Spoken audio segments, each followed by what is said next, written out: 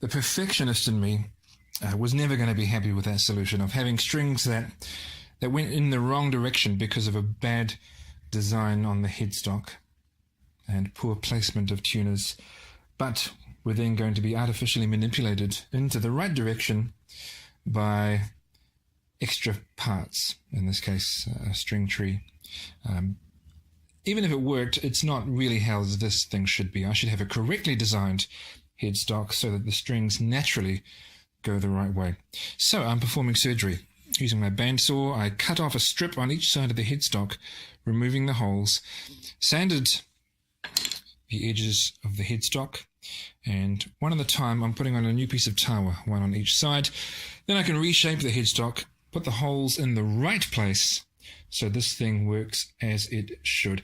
There was a temptation, because I was so close to the line and it would be nice to be able to say I'm finished, to say, oh, it'll do. I won't go to the effort of making this thing right. That's not a good thing. Make it right. But that's what I'm doing. And that's my life lesson for today. All right, I have glued up the new pieces on the headstock. I've started to shape them as well. Slightly different shape from what I had before. I was messing around with it, making it perhaps a bit more monster-y. That one's about as thick as it will be when it's finished. That one's obviously much too large still. That's okay.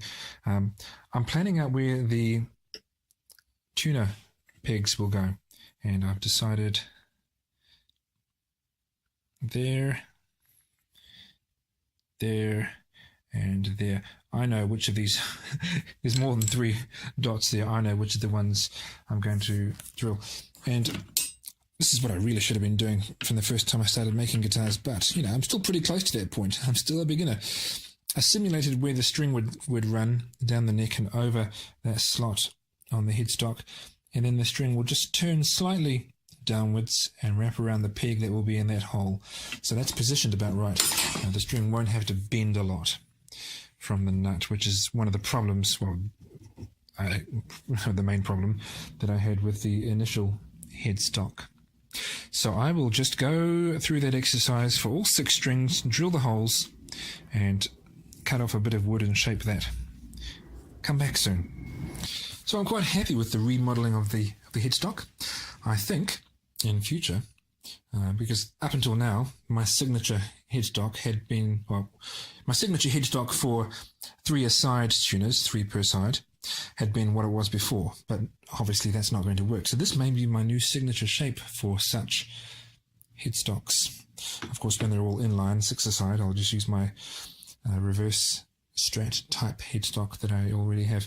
I've replaced the bone nut because, well, it was broken, but I thought I was going to be able to get by, which I might have, except a couple of the slots were a bit low, so the strings were buzzing on the frets. So I've replaced it with this brass one, and to make sure it doesn't sit too low, because they're not very tall things, these brass nuts, I've glued in a piece of rimu into the slot first, and I've got the nut sitting on top of that. If it's a fraction too high now, which it may well be, that's okay. I will file the slots until they are deep enough. It's more difficult to file this metal than it is to file the bone, but it's probably a good thing. It'll take longer, so I won't, file through this stuff like butter and accidentally go too low too quickly. Great. And while I've been reshaping the headstock, I've also had thoughts about how I'm going to decorate it in terms of stain and finish. I'm going to re-oil the back, which is not very clean, but I'll brush that off, the back and sides of the headstock to match the rest of the neck. I like the look of that tung oil, but I'm not going to do that to the front here.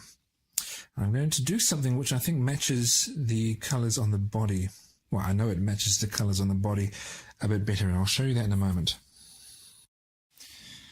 So I've oiled the back and sides of the headstock, and I've actually put down my first amount of dye. I'm just going to put another one in and leave it overnight, and I'll continue tomorrow. I'm just using cheap art dyes, unlike with the body, where I use reasonably expensive spirit-based dyes. These are cheap water-based art dyes.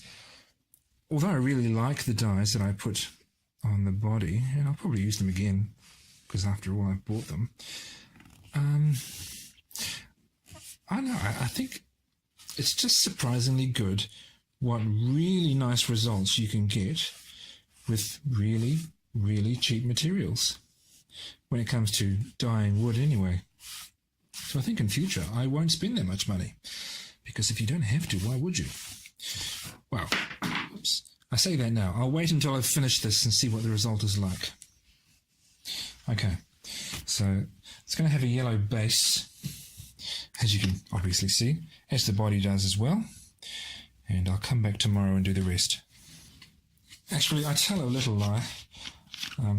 This stuff can be put on so quickly that I've figured, why wait for tomorrow? So I've got some red dye now. Easy Dye. That's the name of this product. So I'm going to just make this more red than yellow, but on the whole it will have a slightly orange tint to it, because that's what you get when you mix red and yellow. But it's more red than orange as well. It's quite a deep red. Is that mixed enough? It looks pretty well mixed to me.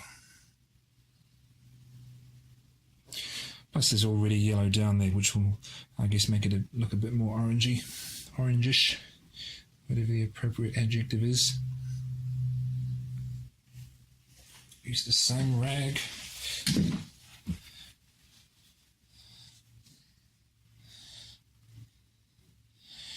Yeah, that looks, I don't know how it looks to you, but here it looks quite orange.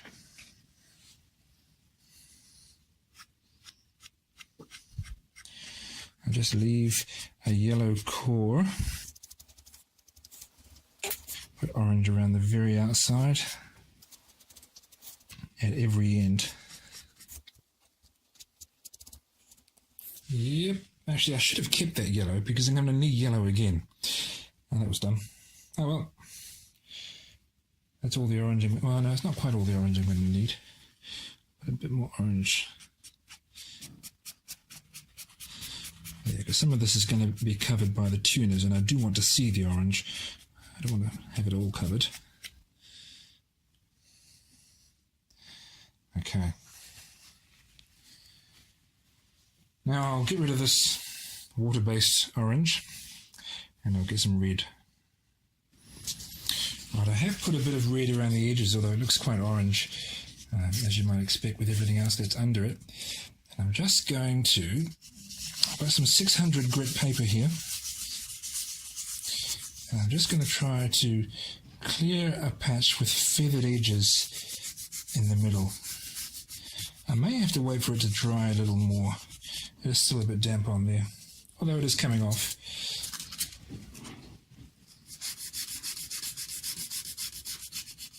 Yeah, when that's a bit more dry, I will sand out a feathered area in the middle. That's where my logo is going to go.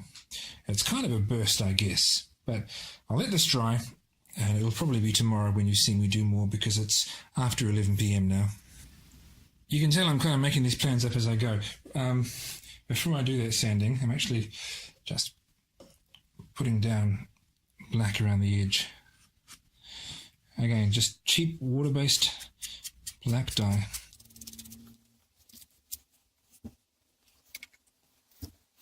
Now this water-based dye will not adhere to the truss rod, so I'll always be able to wipe that off with a cotton tip. I think I should be able to get the effect that I want, because it's not just black, it's black with a bit of texture. There's some stuff under it, both in the natural colours and grains of the wood, as well as the other dye that is on there. And while that is still not quite dry, I'm going to put some more yellow in the middle.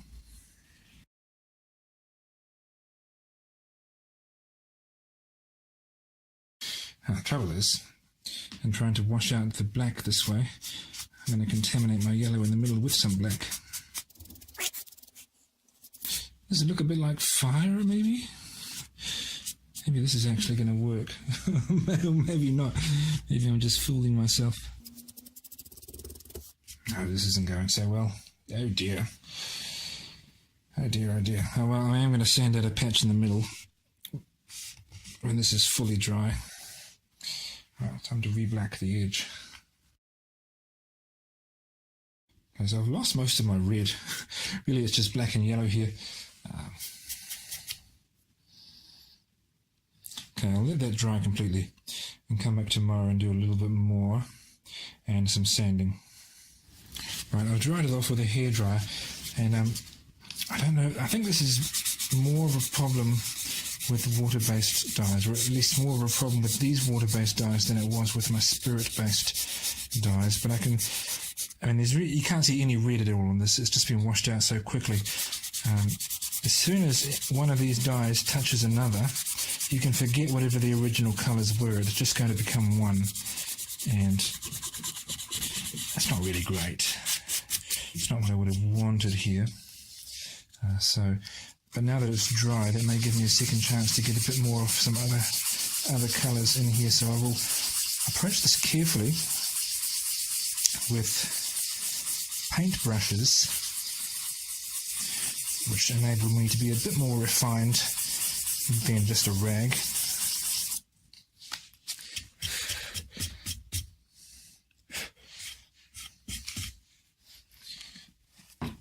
Find a moderately clean piece of rag just to wipe that dust away. Okay, now I want a larger clear patch than that to put my stamp on.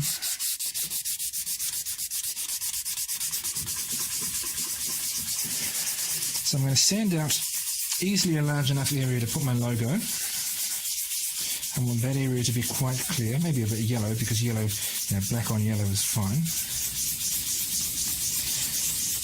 And from there, I want the darker colours to start fading in.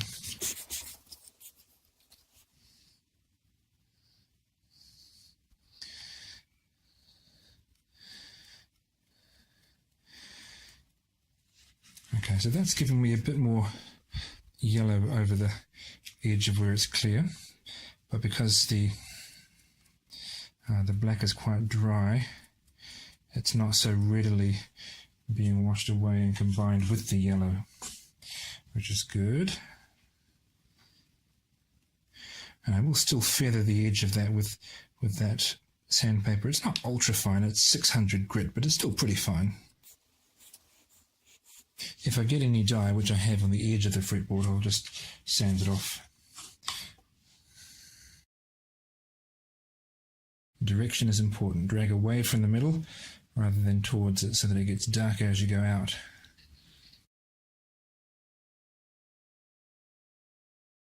Okay, I'll let that get very dry with the hairdryer that I have handy.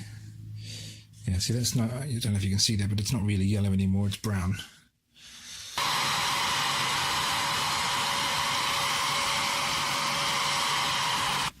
Now, of course, you can never mix and combine spirit-based and water-based dyes, or can you? Maybe there's some context in which you might do that for some particular effect, but as a rule, of course, you can't. But that's completely dry now, that water-based stuff.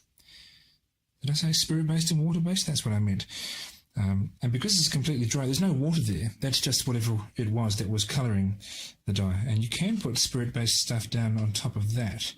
So I'm gonna put down that spirit-based red that I used on the body. Partly because, well, it'd be good to have the two coordinating. And also because I think, my earlier pronouncements about it not really mattering that the stuff isn't good quality, I think that was probably wrong. And because of the way that those water-based cheap dyes were performing, it would be fine if I was just putting down one colour, because the colours looked nice. But as soon as you start putting one over the top of the other, you get issues. Issues that, as you may have seen when I was staining the body, I didn't get when I was staining the body. I was able to keep the colours reasonably separate, and the fact that they had touched didn't doom them to become indistinguishable. I'm going to feather the edge of that with sanding. So really, I should probably just have come at this with spirit-based stuff to begin with. That's all right. You live and learn. Live and learn. I just won't do that again.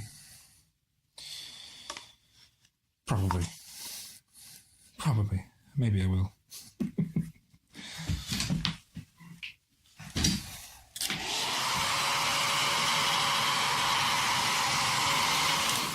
And the other nice thing, assuming you want this of course, nice thing about that spirit-based dye is that it dries so quickly. Very, very quickly. Now where's my sandpaper?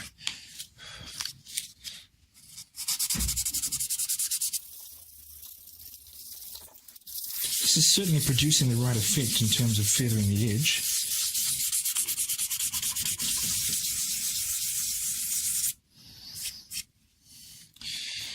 Okay, that's starting to have about the right type of look. The colours might not be quite right yet, but it's getting there. It's got a very nicely feathered burst. Sometimes that's disguised by the fact that it looks like there's quite a straight edge there along the burst. It's not. That's just the straight edge of the darker Remu wood on the headstock, which might mar the effect, but such is life. Okay, I'm gonna get that oil-based black stain, charcoal stain, and do the edge now.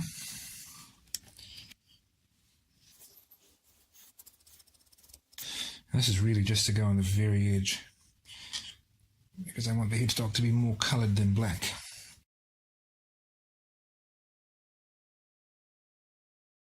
I'm really just going back to all the dyes I used on the body, because I'm now about to go and get that yellow, put it in the middle and wash out the black as I did on the body, because that worked quite effectively.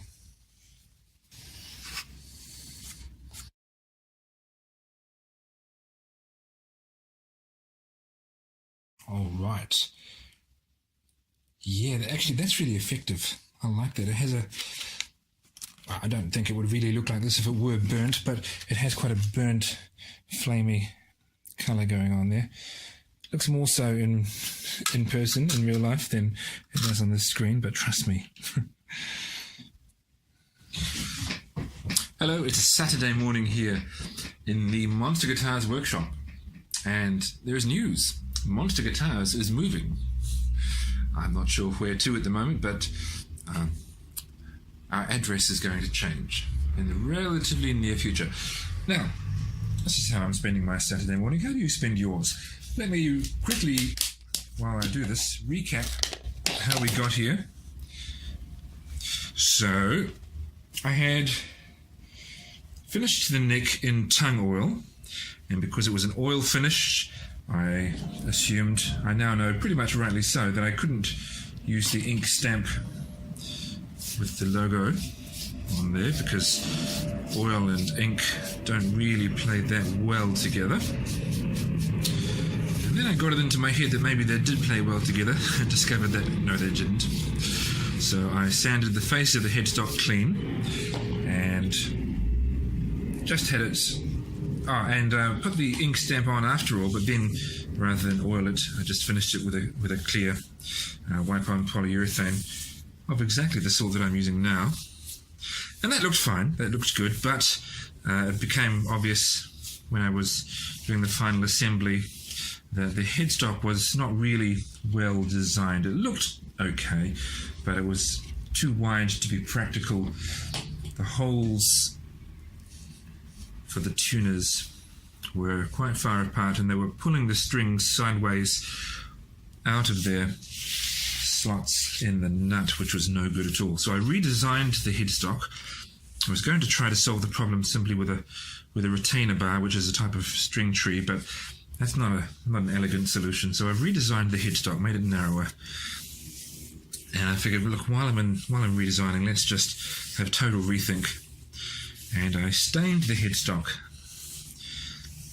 which I think looks quite good, and put the ink stamp on, and then did not oil the front of the headstock at all. I just went with a clear polyurethane, wipe-on poly, as I'm doing here, and oiled the rest of the headstock. So now rest of the neck and the back of the headstock, which I had already done. So I oiled the back of the headstock and just stained the front. So now we have a tung oil finish over the whole neck, covered with this wipe-on polyurethane because I thought it looked a bit weird. Well, not sufficiently uniform to just have the wipe-on poly on the face of the headstock but nowhere else. I wanted that consistency over the surface of the whole neck and headstock, which I will get. And wipe-on poly looks nice. It's just a nice, relatively easy way to clear coat your neck. I'm going to do lots of coats of this, probably about, I don't know, between 12 and 15 coats. I've done this before, and it looked okay on the Toronado neck, well, the first Toronado neck, but I would just like it a bit thicker. Bear in mind that 15 coats of this stuff, which is 50-50 blend of polyurethane and white spirits, is, I guess, like about half of that, about 7 or 8 coats of straight polyurethane because it's diluted. So this is how I will spend my weekend guitar-wise. I won't do anything else in the workshop that might create dust, which will mess this up. So you come back when I've done all these coats, because then the guitar will be pretty much finished, sans some polishing on the neck. Okay, well, this has taken days on my end, but obviously only a few minutes on your end. I'll come in and put a couple of coats on over the course of a day, and then a couple more the next day, and so on.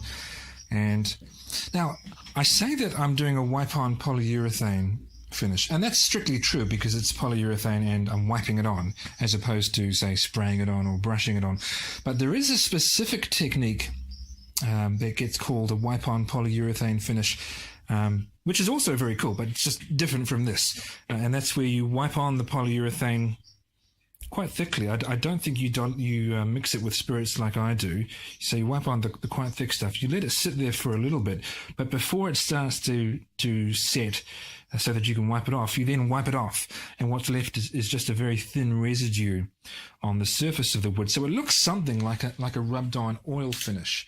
And I could have done that, but I just didn't. I wanted to do this, and so I did.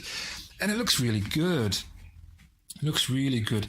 I'm getting better at this. Because I've experimented with this stuff and messed around with it and tried it out to see what works. And the most frequent way that I mess this up is by wet sanding too much and burning, sanding through the finish. And so you're sanding away and you start getting dye on the sandpaper and you think, oh no, I've gone too far, and you have. I haven't done that at all this time. Actually, I tell a lie. I started to do that. And so I dried it down, applied some more coats over the next few days. And this time I didn't do that. There is a slightly worn through patch there. I don't know if you can see that. But I actually did that by doing something I shouldn't have done. I turned up the speed of the polisher fairly high. I should have just left it on the lowest speed. I was just playing around with it. Really, you should do that on practice pieces of wood, not the guitar. But there are a few spots like that on the body, so I guess it matches now. The whole guitar is semi-distressed. But on the whole, this thing looks really nice. I love the way the wipe-on polyurethane finish looks. From what I can gather, it's a little bit easier to burn through with the polisher like that because it is a slightly softer top coat than some others, I think. I know there are some others that are definitely harder, like enamel's probably going to be harder. Certainly if you're using something like, an epoxy, that's going to be really hard. And polyurethane's the softer of the commonly used finishes. So, I'm babbling away here. Hopefully it's not too boring. I'll take the tape off, make sure the whole thing is nice and clean, give it a good rub down, and then start assembling the guitar. I love it when a plan comes together.